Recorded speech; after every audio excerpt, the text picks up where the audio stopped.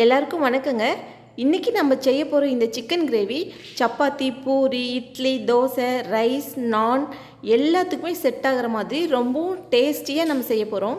எந்த விதமான கடை மசாலா ஐட்டம்ஸும் யூஸ் பண்ணாமல் நம்ம வீட்டிலையே இந்த மாதிரி சிம்பிளாகவும் ரொம்ப டேஸ்டியாகவும் சிக்கன் கிரேவி பண்ண முடியுங்க.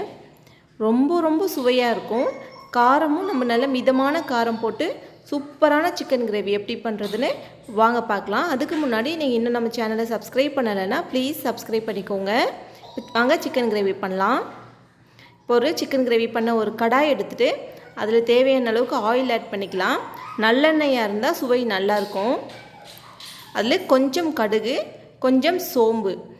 நான்வெஜ் ஐட்டமுக்கு சோம்பு சேர்த்தோம்னா அதோட மனம் நல்லாயிருக்கும். ஒரு 5-6 போல் பச்சை மிளகாய் அப்படியே வெட்டாமல் முழுசாக சேர்த்துக்கிற அதோட ஃப்ளேவருக்காக கொஞ்சம் கருவேப்பிலை. இது நல்ல கலர் வந்ததும் ஒரு பெரிய வெங்காயம் வெட்டி அதோடு சேர்த்துக்கலாங்க. முடிஞ்ச வரைக்கும் நல்லா பொடுசாக வெட்டிக்கலாம். நல்லா வதங்கிடும். இப்போ வெங்காயம் கண்ணாடி போல் வந்தால் போதும். பாருங்கள், இந்த அளவுக்கு வந்திருக்கு. இப்போ இஞ்சி பூண்டு பேஸ்ட் 2 ஸ்பூன் அளவுக்கு சேர்த்துக்கலாம். இஞ்சி பூண்டு பேஸ்ட்டோட பச்சை வாசம் போகிற அளவுக்கு வறுத்துக்கணும். சும்மா 4 கிளறுனாவே அதோட பச்சை வாசம் போய்டும், நல்லா வறுந்து வந்துடும். இப்போ வந்துச்சு பாருங்கள். இதோட 2 மீடியம் சைஸ் தக்காளி வெட்டி சேர்த்துக்கிறோம். தக்காளி அதிகமாக இருந்தால் புளிப்பு சுவை வந்துடும். 1 இல்லை 2 சேர்த்துக்கிட்டால் போதும். நம்ம ஆயில் ரொம்ப குறைவாக ஊற்றியிருக்கோம். இப்போது கொஞ்சம் மஞ்சப்பொடி சேர்த்துக்கலாம். அதனால் நல்லா கலந்து விட்டுட்டே இருக்கணும், இல்லை அடிப்பிடிச்சிரும். இதோட தேவையான அளவுக்கு உப்பு சேர்த்துக்கலாம். நீங்கள் ஆயில் கொஞ்சம் அதிகம் சேர்த்துனீங்கன்னா அடிப்பிடிக்காது. சிக்கனை இதுக்கப்புறம் ஆயில் வரும் சிக்கன்லேருந்து, அதனால் நம்ம எண்ணெயோட அளவு குறைவாகவே சேர்த்துக்கலாம்.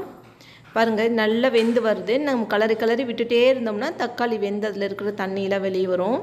இந்த அளவுக்கு வெந்துருச்சு போதும். நம்ம வாஷ் பண்ணி வச்சுருக்கிற 1/2 கிலோ சிக்கன் நான் இதோட சேர்த்துக்கிறேன். இப்போ நல்லா மிக்ஸ் பண்ணி விட்டு இதே மாதிரி கிளறி ஒரு 5 நிமிஷம் நல்லா வேக விட்டுக்கலாம். சிக்கனில் இந்த மசாலா எல்லாம் நல்லா கோட் ஆகிற மாதிரி நல்லா கிளறி விட்டு வேக விட்டுக்கலாம். வாஷ் பண்ண சிக்கன் அப்படிங்கிறதுனால அதிலே ஆல்ரெடி தண்ணி விடும். இப்போது நான் இதுக்கு குழம்பு தூள் சேர்க்குறேன். சிக்கன் கிரேவியாக செய்ய போகிறோம். வேறு எந்த விதமான மசாலாவும் ஆட் பண்ண போடல. குழம்பு தூள் காரத்துக்கு ஏற்றவாறு நீங்கள் சேர்த்துக்கோங்க. நான் 2 ஸ்பூன் அளவுக்கு குழம்பு தூள் சேர்த்துருக்கேன்.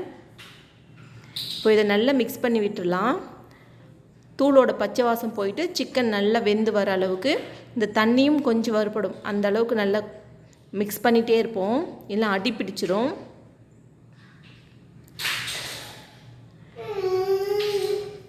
இப்போ பாருங்கள், ஓரளவுக்கு நல்லா சிக்கன் வெந்து வந்துருச்சு.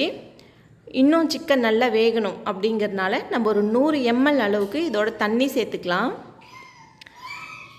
உங்களுக்கு கிரேவி இன்னும் லிக்விடாக வேணும்னா இன்னொரு டம்ளர் எக்ஸ்ட்ரா ஆட் பண்ணிக்கோங்க. பட் இந்த அளவுக்கு தண்ணி சரியாக இருக்கும். இப்போ இந்த தண்ணி நல்லா வறுபட்டு தண்ணி நல்லா சுருண்டு வர அளவுக்கு நம்ம சிக்கனை வேக வைக்கணும். இதிலிருந்து 6-7 நிமிஷத்தில் வெந்துடும். ரொம்ப வேக விட்டாலும் சிக்கன் கெட்டியாக போயிடும்.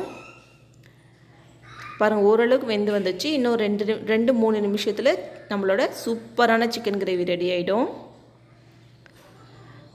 நல்லா கலந்து விட்டுக்கோங்க. இப்போ நீங்கள் உப்பு சரி பார்த்துட்டு தேவைன்னா கொஞ்சம் உப்பு ஆட் பண்ணிக்கலாம். சூப்பரான சிக்கன் கிரேவி. இந்த வீடியோ பிடிச்சிருந்தால் லைக் பண்ணுங்கள். மறக்காமல் நம்ம சேனலுக்கு சப்ஸ்கிரைப் பண்ணிடுங்க. தேங்க்ஸ் ஃபார் வாட்சிங். மல்லி இலை தூவி இறக்கிடுங்க.